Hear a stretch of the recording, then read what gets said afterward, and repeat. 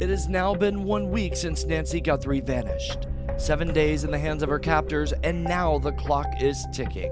The final deadline her abductors set is closing in, and investigators are racing against time, working deep into the night as they search for answers. And what did the president mean when he said new information might be coming very soon? That investigators have fresh clues they believe could break this case wide open. On this episode of Crime Desk, we dig into the investigation's most pressing questions.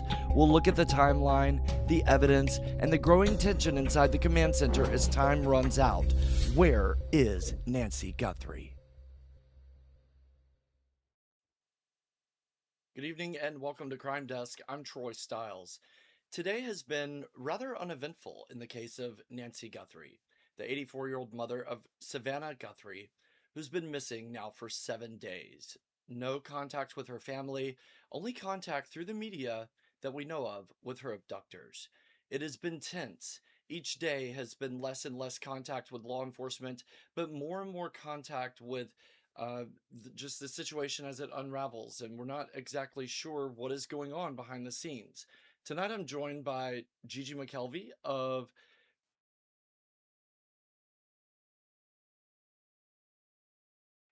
I think I Gigi, lost you there. yeah, thank you for joining me tonight to talk about this case. It has been so tense. You and I have been kind of going back and forth, talking a lot behind the scenes about this case, and decided to kind of put together an episode tonight to break down what we've worked through. So thank you for joining me. Thanks for having me. I just love everything you do. And yeah, it's just such a tense situation at this point. And we were like, let's get on the air and talk about it. You know, I've said to you several times in the last couple days, you'll never see anything like this unless you subscribe to HBO Max.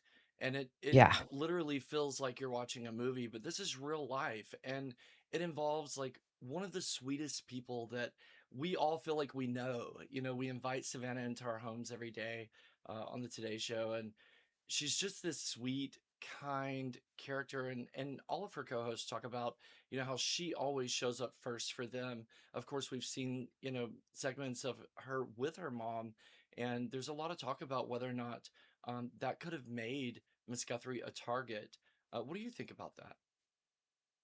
I don't know. I mean, there's so many options on the table right now as to why she was targeted, but I wouldn't be so quick to say it's because she's Savannah's mother. Um, Whoever targeted her knew she was alone, knew she was vulnerable, and I think they had clearly been scoping that house out for quite a while before they took her. That's the one thing I can't really wrap my head around is because she's 84. She has some significant health issues, mainly cardiac issues.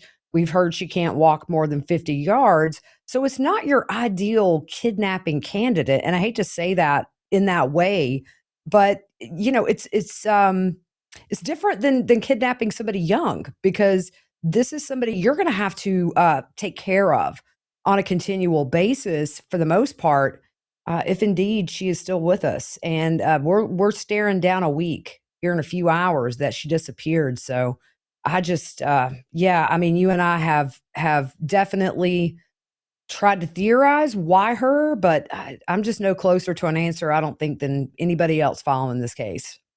Yeah, I mean, and theorizing is such a dangerous thing. Behind the scenes, I think it's okay, you know, but you know, in real life, it's just so real, and you feel like such a tug between, you know, what you feel is the right thing that's actually happening, and it's just hard to put a pin on it. You know, Yeah, it really is. And I mean, go ahead. well, it just feels like whoever knew her, I mean, whoever abducted her must have had some sort of previous contact with her or proxy to her in some kind of way. Oh, no doubt. I mean, you don't just pick an 84-year-old woman whose house is off the road in kind of a very sparse area where the houses aren't close together. It's a little walk from the front door to the road. So these people, whoever has her, clearly has done their research in knowing she lives alone and she doesn't have people that stay with her 24/7 for caregiving. So yeah, I mean, I think that whoever did this clearly knew enough about her to know it may be more easy to get her in the middle of the night because, of the obvious reasons. It's so terrifying to think about what she went through, especially in those 45 minutes that we believe the person or persons were in that house. What were they doing? What were they doing to her? We've seen blood on the front porch and a few spots on the wall. So we know in some way she was injured. I've always thought, looking at photos of her, and I've said this on my podcast, that kind of below the elbow, she has a lot of bruising, which she has cardiac issues. So she's probably on blood thinners. And I know with my grandmother who lived with me that just recently passed in November, if her skin tore, we would get the same kind of gravity blood drops on the ground, and that would bleed profusely, sometimes for 30 minutes or more before we could get under control. And it's just a tiny skin tear. And I know that the experts that have looked at these blood stains feel like, at least from what we've seen outside and not knowing what's inside the house and what investigators have seen, it doesn't look like an alarming amount of blood that would lead you to believe that she was bleeding profusely. So that's encouraging. But nonetheless, just being 84 with all of this stress, having cardiac issues, I would imagine at this point she's probably very, very exhausted if she's with us. I can't imagine that this has been good for her in any way. And just with those heart conditions, she's without her medication. We believe there's just a lot here at play, and I think maybe that could be why we're seeing what we're seeing this evening with You the know, Guthrie siblings. I cannot stop thinking about just tock, tick, tock, and just every second that goes by, what she's feeling right now in this exact moment. And we heard Harvey Levin say, um, and I believe it was Harvey that said that the kidnapper said that she's aware of the demands, and that was so frightening to me. And it just kind of made me think, like, you know, I'm sure in the first few moments she felt that fight or flight. But I mean, she's been with them for a week now. She must know so many things about them. They must know so many things about her. And I was wondering yesterday, you know, we've heard a lot of talk about just her kindness, and Savannah said, just talk to her and you'll see. And so it just makes you wonder, does she need any of us at all to get her back, or is she able to, form a relationship with them and a bond with them, and maybe even witness to them. We know that she's very spiritual and kind, and so I'm sure she has reached that empathetic level and really, has grasped where she is and what's comfortable for her to do or restricted to do, um, and what she may suffer consequence for. It's just, what kind of room is she in? What does that feel like for her in every single second that passes by? And I've also mentioned to you, when she goes to sleep right now in this situation and then she wakes up, I bet that all starts over for her, don't you? Yeah, it has to. And I mean, I've had that for me personally, in the days after my grandmother passed, I would wake up because she lived with me, and I would wake up and you just have that moment where for half a second things are normal, and then it hits you. This has happened and I'm in the thick of it. And I'm sure not only Nancy but her children, and everybody who knew and loved her are probably feeling the same way. The one thing I will say about elderly people, which, children and elderly cases that I cover just have a different weight to them because they're our most vulnerable population. And so my heart has really been invested in this for that reason. But, don't count out an 84-year-old woman who's been abducted as helpless because she has lived a life and she has probably dealt with very manipulative people, not to this extent. But, my hope is that she has gotten some point with them where they do feel empathy towards her, to where maybe that might spare her from being hurt or ultimately the worst. So I say, just because they're older and vulnerable, it doesn't mean that they're not capable of still protecting themselves or even manipulating themselves Right. to get a more positive result for her in the moment of what she's dealing with. So, we have no clue what's going on behind those closed doors, but I would venture a guess that maybe there has been some sort of empathy exchange between the two. Yeah, I mean, there's so many different personality traits that go into this type of situation. We've heard of Stockholm syndrome, and I've shared with you that I used to be an international flight attendant, and that's actually something that we train for. And so, in a hostage situation, there's a range of emotions. At first you're very frantic, and then after that initial shock and the aftershock phase, you are steady and you're looking for a way, maybe an unlocked window or an escape plan. But then shortly after that, you settle into a phase of kind of comfort and your body gives in and you become, uh, kind of normal to the environment that you've been put in. And then that's when the relationship builds. And the only way out of this is to build that relationship and that rapport. So, we've talked about how sophisticated this plan seems to be. It doesn't seem like, maybe a paranoid schizophrenic just like busted in her door and took her in the middle of the night. It seems like such a calculated, long-term plan that they must have gone grocery shopping ahead of time and prepared this environment for her and things like that. We did find out a little bit more yesterday about that ransom letter that we had not heard, um, from Harvey Levin over at TMZ. He revealed that the letter actually detailed how far away she might be, and that was very interesting to me. Let's take a listen to that now. Way it looks.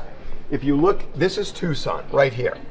If you look at this red circle, that is the radius of the maximum amount of time it would take to get her back to Tucson, all around this circle.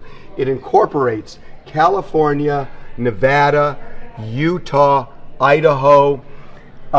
It incorporates Colorado, Wyoming, even Mexico, Texas, a slice of Kansas, and a slice of Oklahoma.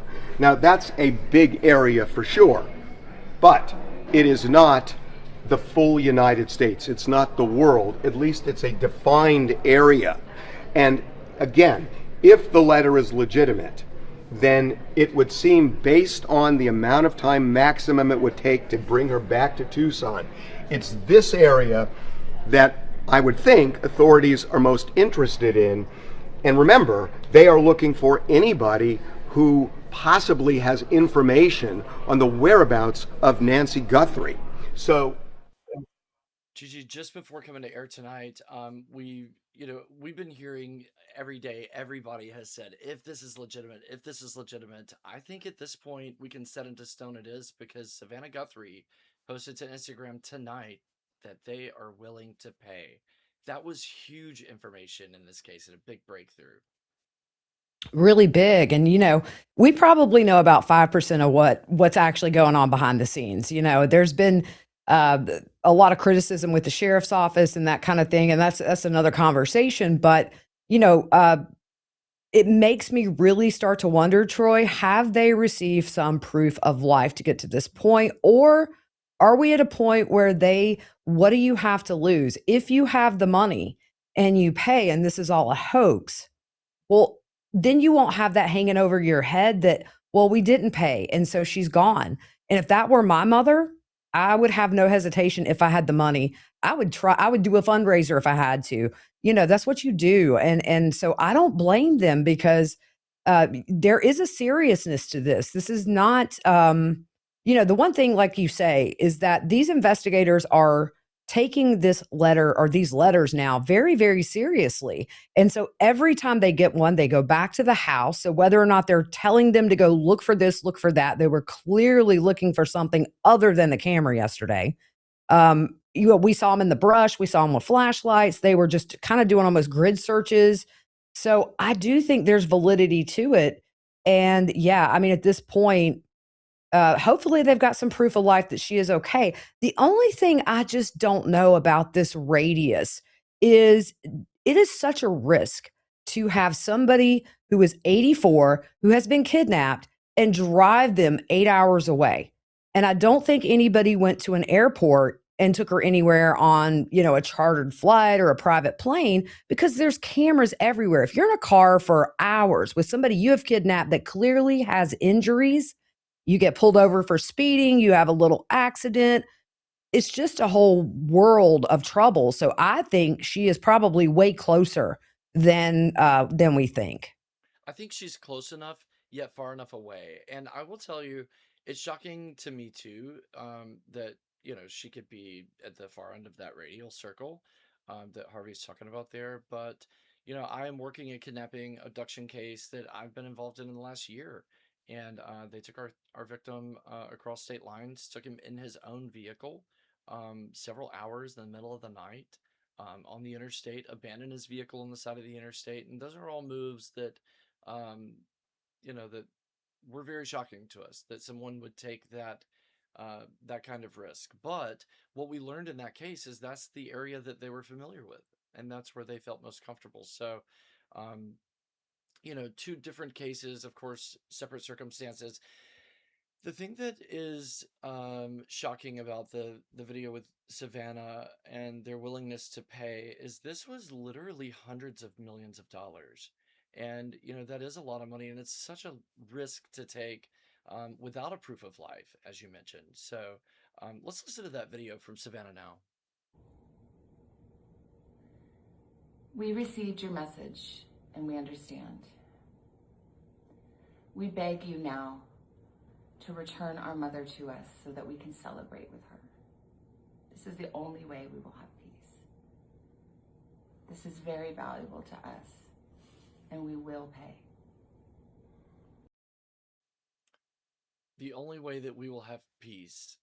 She's so valuable. She's very valuable to us. Um, wow. I mean, they have thought this through. And I'm shocked that they are willing to pay. Not that they're willing to pay, but that, I mean, certainly, the FBI and others involved in this case, I'm almost certain have advised them not to offer money because it's such a dangerous move. They can just up the ante and just say, if you're willing to pay 100 million, what's 120? Now give us 120 million if you really want us back. And it's kind of catch a tiger by its toe. And they just keep pushing the envelope. So, what are your thoughts on that? Yeah.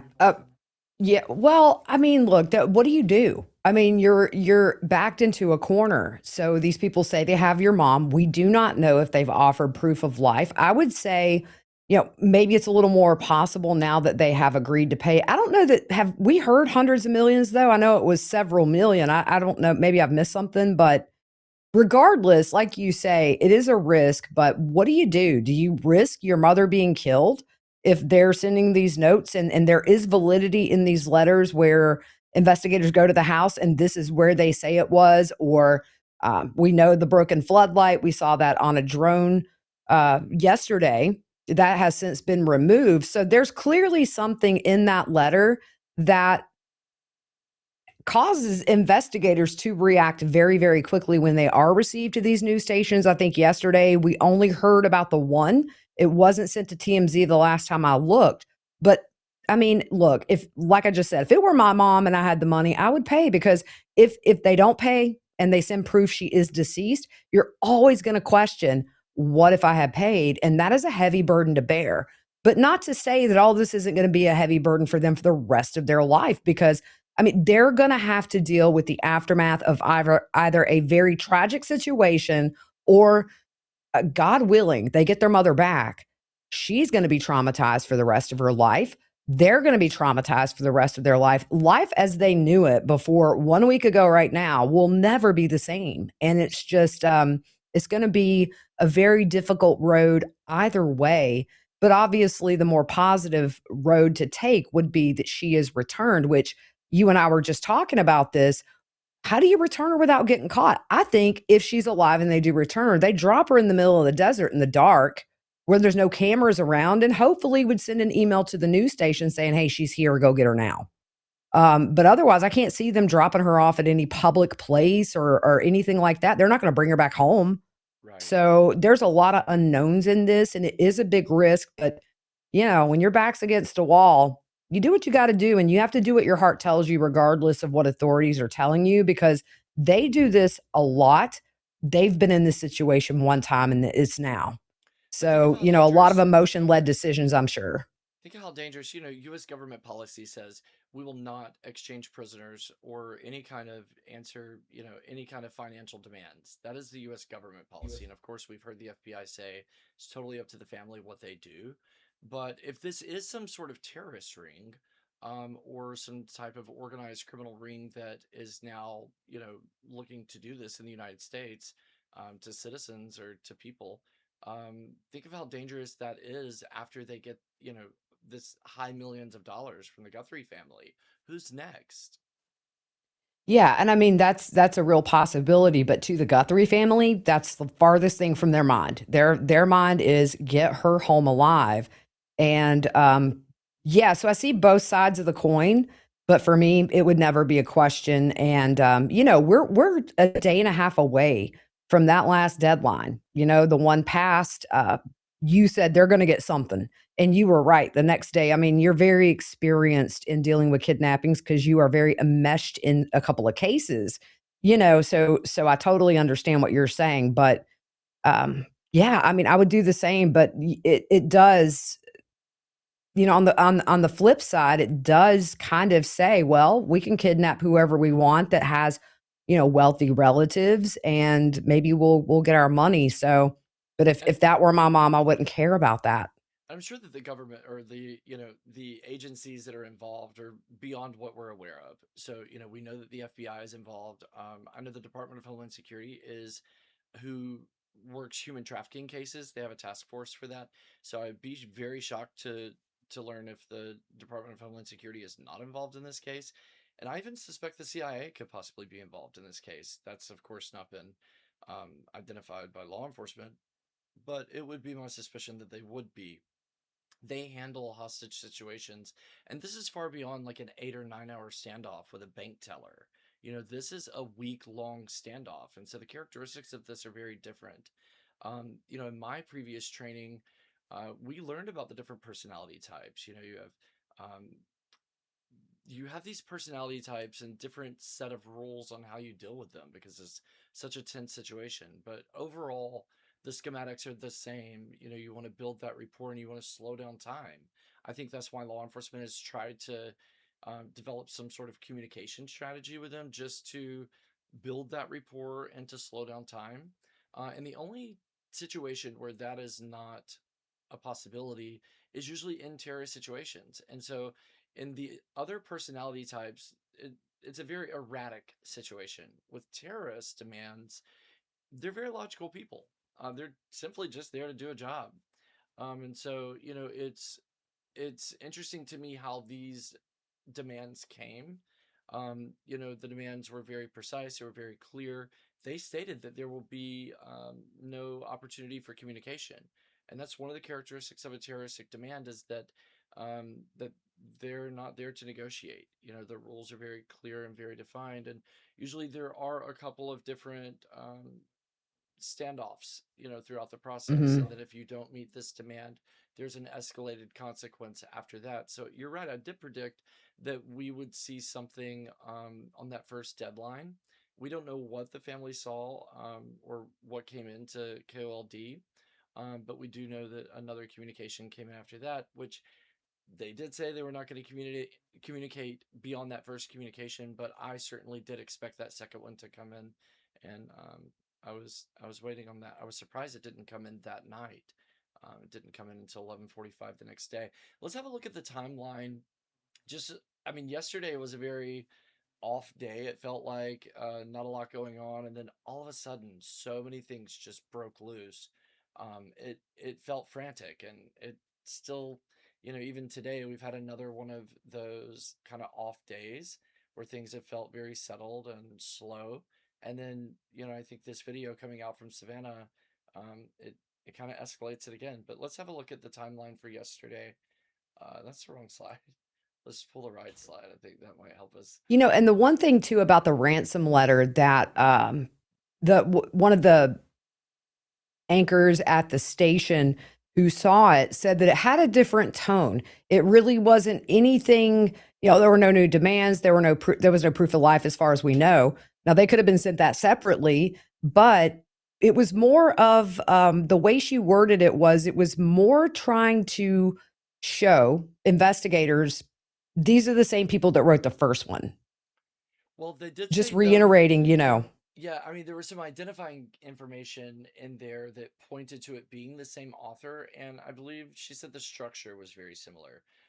Right. And it was a different IP address, but they used the same encryption method that they're using, which is another point to make that makes me think this is somebody who knows what they're doing, is that we saw how quickly they captured the guy who wrote the bogus thing and the communication with the family. I mean, they had him in custody really quickly.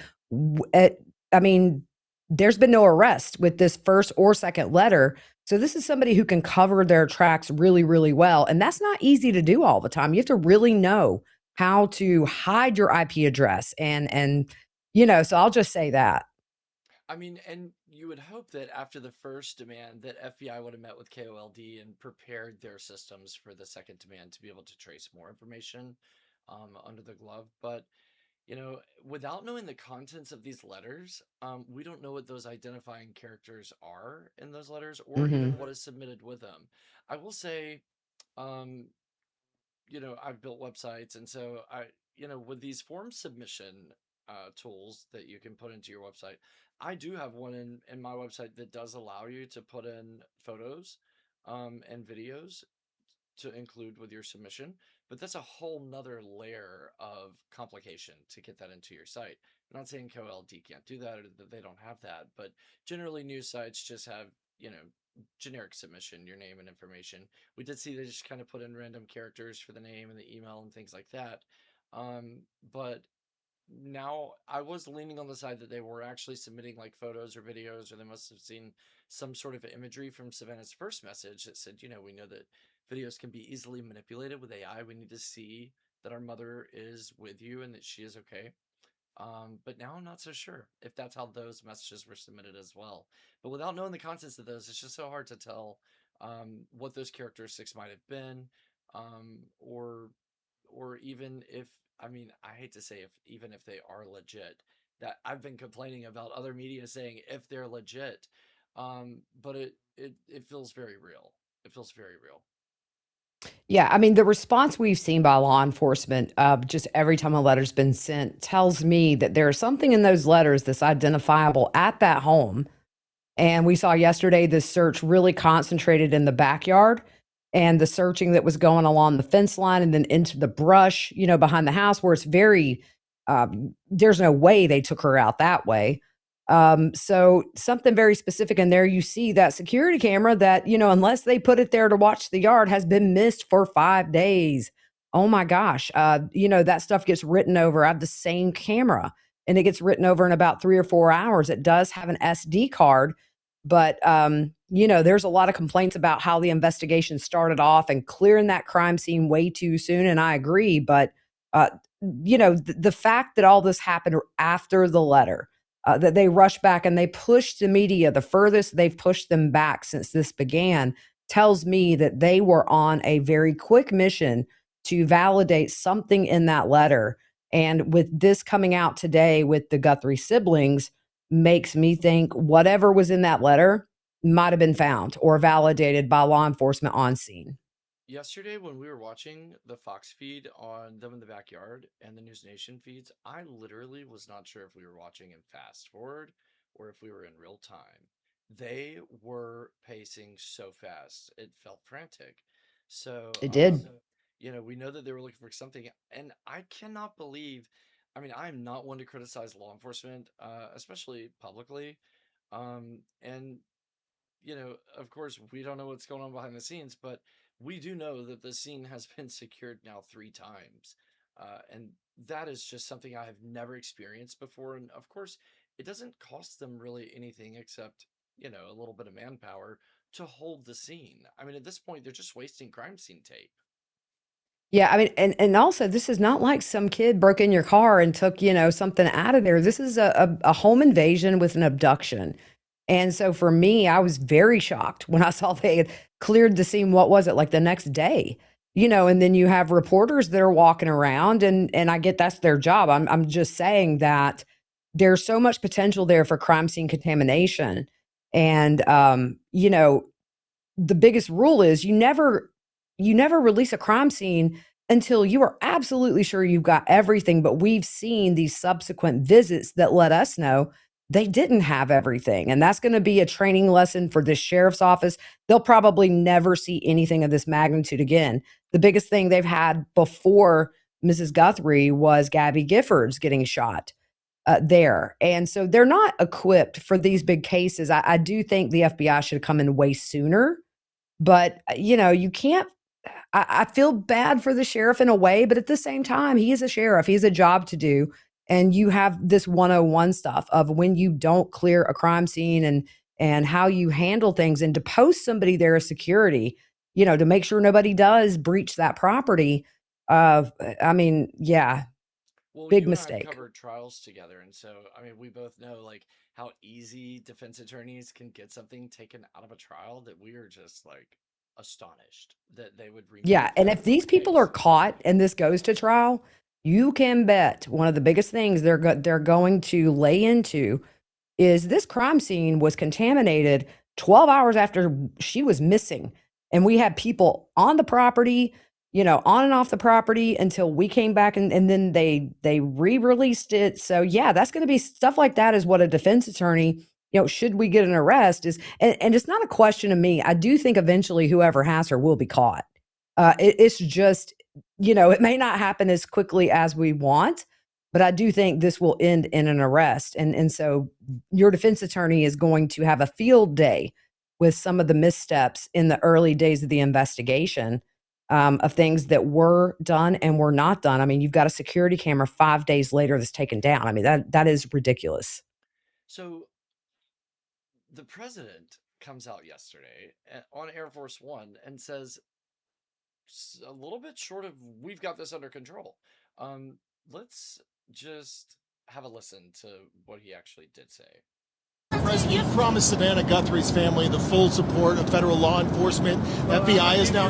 I'll give you a little statement. I think we're doing very well on that regard. You're probably surprised to hear that. I think we're doing very well. Very well, meaning we have some clues, I think, that are very strong. And I think we could have some answers coming up fairly soon. Is this a nationwide search? Is this a search going to Mexico? I'm not talking about a search. I'm talking about a solution. We have some things I think that will maybe come out reasonably soon from DOJ or FBI or whoever that could be Suspect? yeah, could be definitive. When do you expect us to hear? A lot's taken place in the last couple of hours. A lot of things have happened with regard to that horrible situation in the last couple of hours. Well, you heard the mic pull away, and the reporter said suspect. So, and then he kind of doubled back down on what he had just said, and he felt very confident in that. Didn't you? Didn't you Well, get let's that hope he sense? is. I mean, because that would mean that they are, as we both suspect, very busy behind the scenes and making progress. Like I say, we probably know 5% of what's going on behind closed doors right now. So it was encouraging to hear that at least he feels confident enough, and he is the commander in chief, so he would know.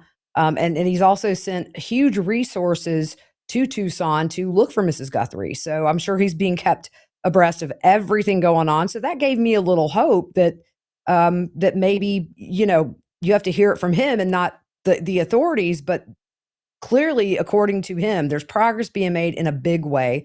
So that's nothing but good. Well, you and I, speaking of those resources, you and I got hung onto the tail end of a military helicopter last night that may or may not have anything to do with this case. But the timing of that, right after Trump's statement, we just couldn't leave it until we saw that thing land.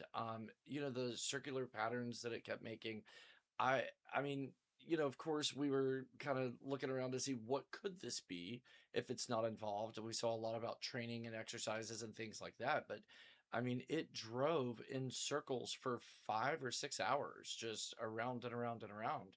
So, I have no idea if that was involved or not, but I felt like w- what is happening? What is happening? Is something actually, nearby? And then we saw it go to the Mexican border, and it never crossed the border, but it stayed right there for a while. Then it came back, was hovering over the mines, right between Tucson and the Mexican border. That was so interesting.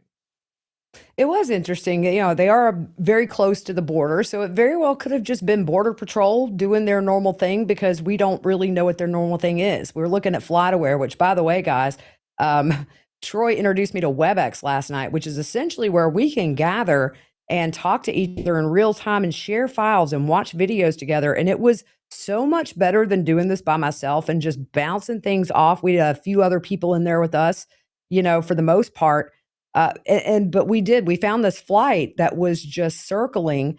Who posted about that? I think, was it Nerdy Addict? I That was believe his it name? was him. Yeah, we Yeah, dipped our toe into it, and and then we stayed on it for a yeah, while. and so we watched it. I mean, on FlightAware, it painted that map green. It was a broad circle around a mine. Now, something about Mrs. Guthrie's past profession that Yeah. we thought, okay, this is a coincidence, but so why don't you tell people what you know about that? Well, and I will say to what you said about the circling and the flight aware, we also looked at the flight history and to see if maybe this was like a nightly training exercise or if they were, had securing that area or something like that. And in the last 90 days, that route had not done that. That was extraordinary for that aircraft that, on that what we saw last night. So what I Mhm. discovered just through some research is that, and we're learning like little bits and pieces about Miss Guthrie, but in 1988, she started serving as a secretary for a mining company, and formed that company, that corporation, um, in Nevada. And the name of the company is Guthrie, Nevada. Now that company is no longer. It was closed out in 2001, I believe.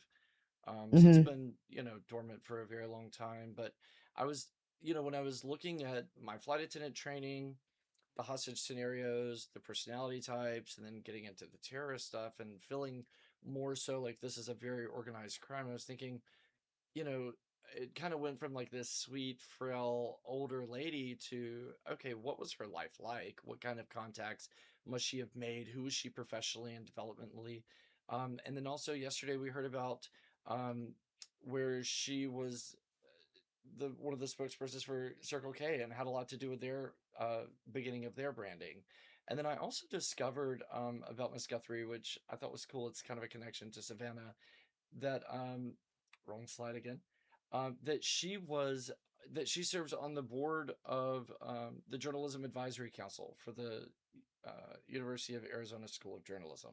So I had not heard that she was also a journalist or that she was an inspiration to Savannah for going into journalism. But it seems that that could actually possibly be the case there. Yeah, I mean, look, she's lived a whole life. She's 84. And clearly she was making her way. And I believe that business, the mining business started in what, about 88 and went to 2021. So you're not talking about something that was short-lived. Um, so yeah, I mean, I always like to learn about victims in these cases to make them human to me and help me understand them better so I can better tell their story. And I wasn't shocked that this woman was very successful at what she did. Not everybody stayed at home and had babies and stayed barefoot and pregnant. Some women got out there, even if it was at a little bit of a later age, and made their way. And it looks like she did very well for herself, Yeah. and still very active in a lot of stuff. So I'm not surprised. And you were talking earlier, and I'm just saying this. Savannah Guthrie is like the most precious person. She just Yeah. looks like somebody you could meet and you felt like you knew her. Yeah. I don't really know much about her siblings other than seeing them through this, but Savannah Guthrie is kind of just one of those people, and it's just so hard to see all the siblings there, in the worst unimaginable situation. But at the same time, I'm sure their mom has raised them to be strong people in times like this. And one thing too about Mrs. Guthrie, is if she is still with us, which I like to hope she is, her faith seems to be very strong for her. It is her foundation. So hopefully in these very trying times, she has found her faith to be a comfort, to give her some times of peace and calm. And I'm sure it's helped the children and those who knew and loved her as well. But yeah, just because she's 84, don't count her out. I know my Grammy was 91 when she passed. She was a tough cookie. Yeah. She might have been able to take me out in the front yard and whip my tail. I wouldn't have wanted to try, but she was tough. One of the first things that I learned about Miss Guthrie, in fact, it's one of the first things I put into our shared document, was that she was very strong. And that kind of, the way that I heard Savannah say that, it just made me kind of think about how feisty she might be and how smart she might be on getting. That's why I said, she may not need any of us. She may be well on her way. There's another case of a judge in Atlanta that, was holding court, I think, Judge Barnes, and the individual in court stole a bailiff's gun, shot the judge, ran out of the courthouse. I believe he shot a police officer on the sidewalk, carjacked someone, and then went to um, an apartment and held a woman hostage. And I know that she talked about her faith with him for hours and hours, and she wrote a book about it. And I read that book, and it was just very interesting to me that, like, somebody in that kind of crisis, and she was able to appeal to him. So we have no idea um, what kind of relationship that Miss Guthrie, or what kind of witness that she's, been to him or them and or her in this period of time that she's been in their captivity. What she's been able to Yeah. accomplish there, but also how much she's planned in her mind on, moments where she could get out or ways she could get out. It's just Yeah. incredible to think about that. It is. And I'll tell you, I don't think I've ever really mentioned this on my podcast, but my grandfather, Grammy's husband, he passed away about 8 years ago, but back when he was still driving, he had just come from church, and you're from where I'm from, so you know the Ingalls on White Horse Road. I He had know. stopped there after church to get a little list my Grammy had made, and a man got in the car with him and pointed a gun at him. And this was maybe a year before he passed, so he was in his 80s. And Pop didn't say much. He had his Bible on his front dash, and he put his hand on it and he patted it and he looked at that guy and he said, "I'm not scared. I've got this on my side and I hope you do too." And in that moment, instead of pistol whipping my pop or holding him hostage, the guy said, "I just need a ride." And Pop said, "If you put your gun away, I'll give you the ride. But don't point that gun at me because God is in this car and with me and you will be judged." And the guy put the gun away and profusely apologized the entire way home. Now, not the smartest thing to say, "I'll give you a ride with a gun." But that's just how strong my pop was in his faith. So when you have that kind of faith, you would be surprised what you can accomplish in moments of sheer terror. And it's something that he really didn't want to talk about very much. And I said, "Were you scared?" And he said, "No, I wasn't scared because I know where I'm going if I die. And I know if he killed me, he was going to be judged for that." But he said, as soon as he said, "I've got this on my side and I hope you do too," it immediately softened this guy.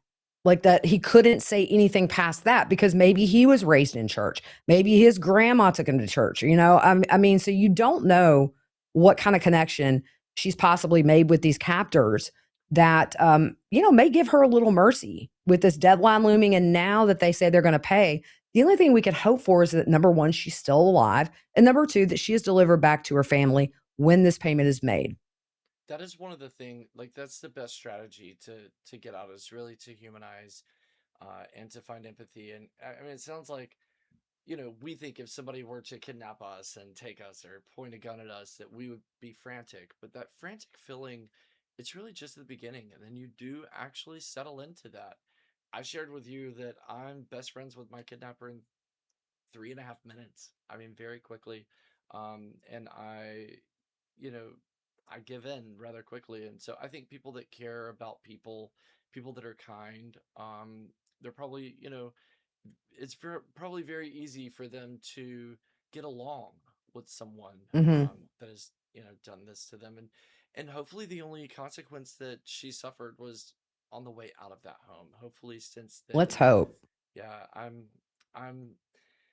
But there's also just that very real possibility that, a week without her meds, we don't know what they've done to her while she's been in their custody. And so, it's very possible, but I still go back to maybe they've gotten some proof of life since they're like, "We will pay." And they put this out, they didn't put it out Sunday night. They put it out Saturday to give these people time to think about it, time to make their decision to do the right thing, uphold their end of the bargain, hopefully. So the fact that they came out and said that just gives me some hope that somehow they have been shown proof she is alive as of now. Or they're moving on without it. And, Exactly. taking that chance, which I think Yep. many of us would. So Yep. going through the timeline of yesterday, we've already kind of gotten through a lot of pieces of it. Um, you know, the President Trump thing, that was a big kind of reveal. And then after that, kind of the night simmered down, or so we thought. And then they showed up at Annie's house. So I just want to go through the second slide. A tow truck ended up coming to Miss Guthrie's home and removing that blue Subaru from her garage. And they removed it with a police escort. So that kind of made me think that it was the feds that were taking that versus just the sheriff's department. Um, and I felt like maybe the sheriff's department didn't see a need to take that early on in the investigation. But then, and one thing I want to be clear about as well is like the Sheriff Nanos of Pima County, he has the option as the sheriff to call the FBI and say, "Can you come and help us?" And he remain, in charge of the case. But he also has the ability to say, "Will you please take this case over?" or offer them more of a footprint in this case that didn't really feel like he did that much in the beginning, other than just having them assist. But it sounds like now the case is actually in the hands of the FBI. And so I think that's why we're seeing some of the collection of the evidence and things like that we weren't seeing early on. Is the FBI just does things differently. And in my experience of working with them, they really don't use a lot of the evidence unless it's like a one piece of evidence, but they really do their own investigating. They conduct their own interviews, they gather their own evidence, and they protect things and gather things in a whole different way. So that's what I think we saw happening last night. And then we saw authorities arrive at the home of Annie Guthrie and spend just a few minutes on the side of the home before leaving. Now, I was not surprised when they came and took the car. I was kind of surprised they didn't take the car before, so I was glad that they did. But this was interesting to me. Why would they just come to Annie's house with all the vehicles that they came with and then go to the side of the home as reported and then leave quickly? Within 5 minutes. Yeah. Yeah, that's the one thing that's got me baffled too. Who knows? I mean, there were 3 cars, including the forensics truck, which holds whatever evidence they found at that house. You're taking that to another relative's house for, 5 minutes, which I understand if they were collecting more evidence or did they put a camera on the side of her house that they needed to go grab? We don't know what they're doing behind the scenes. We don't know what's happening there. But yeah, the fact they didn't go in, and yet you have an unmarked SUV, you have a white, like a Suburban, and then you have the forensics truck, and then only people in 2 cars got out. I don't know which cars, but clearly they were there. They knew what they were there to do. They did it and got out. But yeah, I think that's one of the things that has a lot of people scratching their head today, which is, what was that all about? I mean, we may never know, but it No. was quite interesting. I couldn't think of any other case scenario that happened. And when they pushed the media back, I mean, it just right before that, the media was like camped out, able to do whatever they wanted. That's the first time that we've seen them push the media back as far as they did. And I just saw Brian Enton post earlier today that the media was able to come back out there. So I'm not sure how long they've been able to be back out there. If that actually cleared last night and Brian had already left before that scene was cleared. But they keep this is like it's like every other day. They just open the scene and close the scene, and that's so confusing to me, It especially is. with the evidence. Yeah. Right. The inside of the house obviously is sealed up and protected, but how much more evidence on the outside of the house is there? But then again, if they're planting stuff, because here's the thing, Troy, you and I have talked about this. There's a 45-minute gap there where I believe, my theory, my 2 cents, which is worth nothing, I think they are deleting local recordings on her phone or her devices because they can store locally. She didn't have a subscription, but you typically do get clips saved. They get rewritten when you don't have a subscription. So I think that's probably one of the things they were doing. Also, if they are planting things around the house that they anticipate after the first letter, maybe they knew they would write a second letter and say, hey, go look here. We left this here. You're going to know we're legit. they're having to go back out to the scene. So for me, I would say, why don't they just put an officer in front of that house and keep everybody back and monitor just who's keep it going in. secure until we have some kind of a solution, or either way, whether we know the worst has happened or best case scenario, she is alive and she's going to be back with her family. It's really of no consequence to have somebody there at that house, but to keep going back and throwing up tape, somebody could come around the back of that house during the night very easily and snoop around. Not that you would want to, I mean, but I'm just saying that to me, it just seems a little risky to just have it open and then closed and then open and then closed, because we don't know if there's going to be a third letter that says, hey, go look here, because that's there. Are you shocked that if the FBI is like going back and they're investigating this, they're investigating that, they're in the garage, they're doing all these things, they haven't been back in the house? I wonder why. That we know of. That we know of. Because, I think maybe it's just very limited. Maybe they saw, we know there was DNA in the house, which would have been her blood. So whether or not the injury happened on the front porch or inside the house and then continued to the front porch, we don't know. But I think what was inside the house, I'm sure the FBI has been in there that we just didn't see. They pushed the media back. So who knows, maybe in the times they go in through the back door and there's not a drone up and they go in and do their thing. But I think on the inside, it's you get the electronics that were left behind, you run them through Celebrate, you get your best of the best on it to see if there's anything you can find. But really, it seems like the biggest crime scene has been outside the house. You get your DNA, you get the electronics.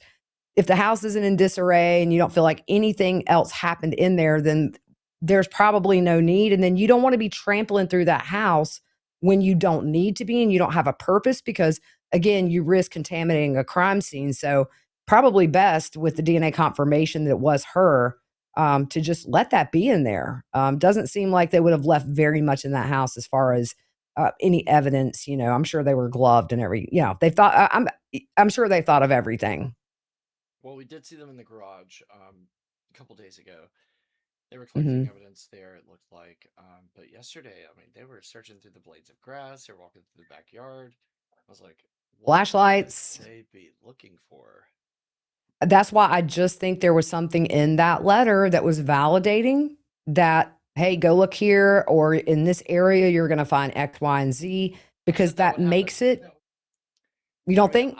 I knew that they were going to, like, even though they said they were not going to communicate, I knew that there would be something that came after the first deadline that would indicate. Yeah, you said that days ago.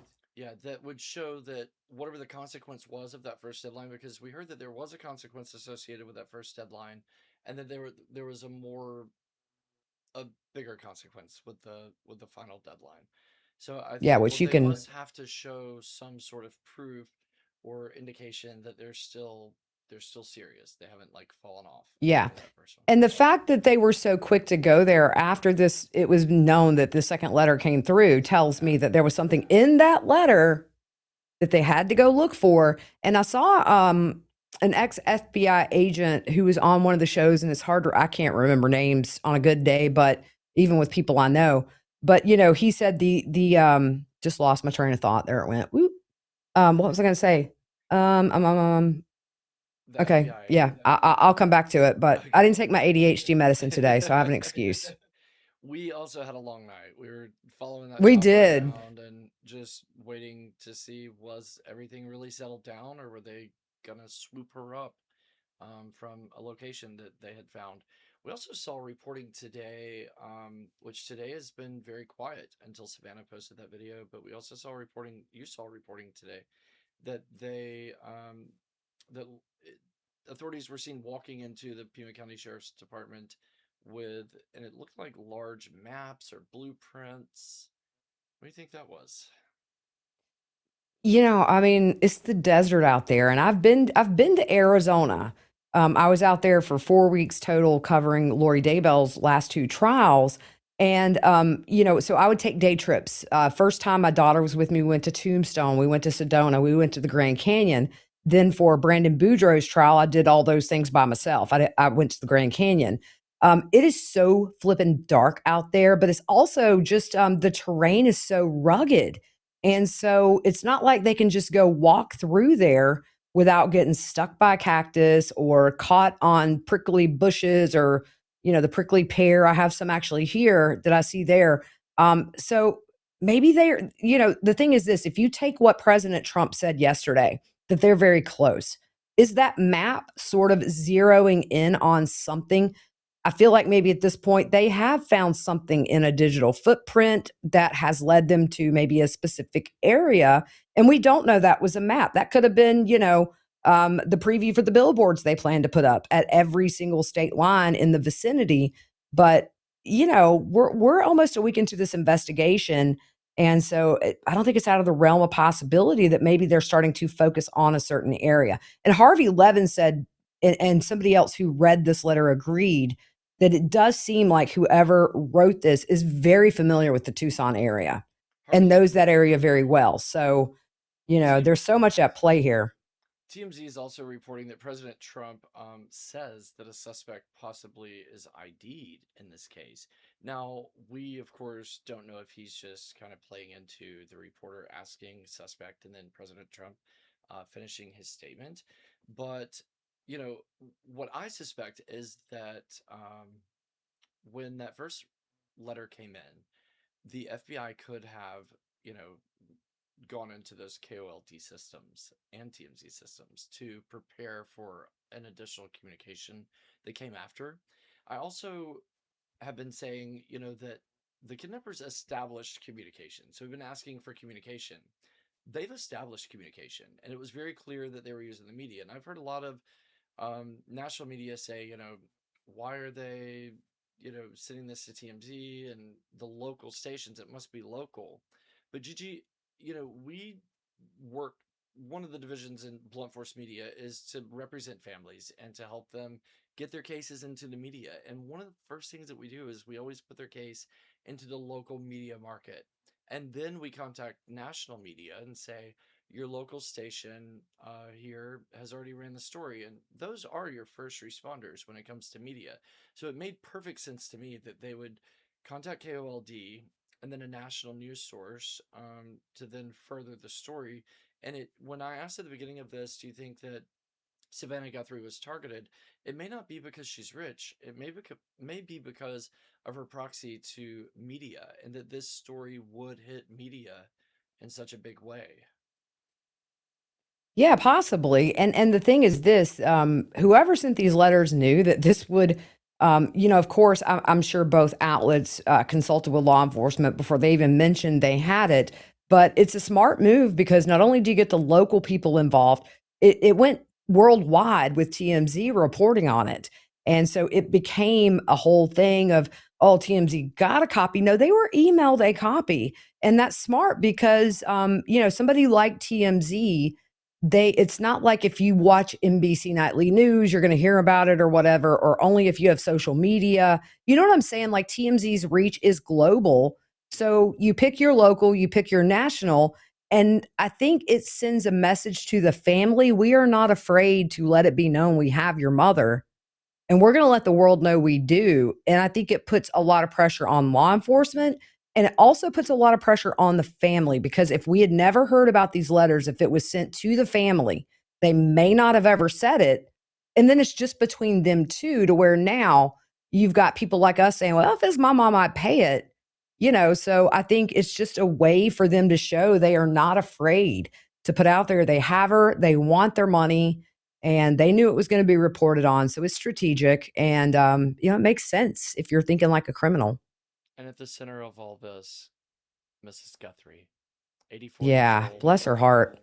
kind. She's just she's a mother and a grandmother, and I have to say, Troy, I don't do politics or religion on my podcast because it divides my listeners, and I respect who they support, who they don't support. None of my business, my views, nobody's business.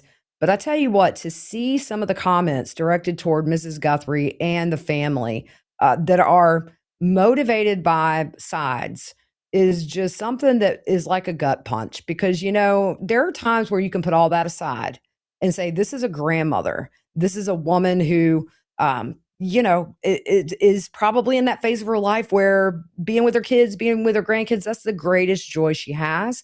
And so when I see people bring this stuff into it, it's just like, you lose faith in humanity. It's like, just be human for a minute. What if that were your grandma? Would you want people saying the same thing? It blows my mind, but man, people, it's just crazy. Politics is, I don't touch it for that reason, because it is just either you're going to win half your audience or you're going to lose half your audience. It's not worth it to me. I never cover anything political, but I did want to say that, people need to reflect. But also, it's keyboard warriors. This is not something they would say to any of these family members' faces if they were face to face with them. So it's easy to hide behind an account that doesn't have a real picture and all that stuff, but still, it's so disappointing. And it's not just this case. We see in a lot of cases where it becomes political or whatever. And there's a conspiracy theory. My inbox has been full of conspiracy theories, and people can stop sending them because I just delete them. Right now, focus on the facts, what we know, what we don't know, and let law enforcement do their job. I don't care what you think happened to her or why. It's just people have lost their minds sometimes. Well, in those posts that those people are sharing, what I've learned about Miss Guthrie is she seems to be a kind, compassionate, and caring woman. So, Yeah, and I mean, people don't like her because she clearly has publicly put on her socials that she was not a fan of Trump, and they're like, okay, but you know what? He's being human in putting all the resources into finding her, so you can't fault him either way for that. I don't care if you're left side, right side, middle side, whatever you are. Um, you can't fault the guy for saying, "Hey, we're going to throw everything we can at this case to bring your mom home." And I don't know why either side would have a problem with that. This is a human being we're talking about whose life is on the line, and it's just extra critical because of her age and her ailments. I have seen him show quite a bit of empathy in this case. He Hmm. even posted to say that Savannah Guthrie is someone who's always been kind to him, and I think, I think he understands the horrificness of this situation. Um, so yeah, He is a I mean, mother, or he had a mother that he loved dearly. So, yeah, I think all of us that have positive female figures in our life that have been blessed with those women, I think we all see a little piece of Mrs. Guthrie and those women that raised us and poured love into us, because you think, if that were my Grammy, how would I feel? So I do think that there is that common ground, even with the people that are being horrific about it. If they really stop to think, um, this is something we never should all disagree on. yeah, I think so. I just wanted to put that out there, and I'm not trying to start a debate or I'm anything, glad you but did. yeah, it's just, man, it reminds you that there are people out there that really need to self-reflect and step away for a minute and do some work on themselves, because my gosh, when you're saying bad things about an 84-year-old woman being kidnapped, um, you got some issues, and it's just sad. Well, thank you so much for joining me to talk about this. It's been an awesome conversation, and I feel Yeah. like, Anytime, man. And I'm gonna have you on mine, and you and I are gonna be on WebEx half the night. yeah. So Well, to it's take us goodbye for out, them, but not for us. yeah, and we may be back depending on what goes on tonight. I mean, who's to say Yeah. that they wait until? Well, I don't know. So many things can happen, right? So, to carry us Yeah. out of this episode, I just want to end with that video from Savannah that was posted tonight. One more time. Thank you for joining. We received your message and we understand. We beg you now to return our mother to us so that we can celebrate with her.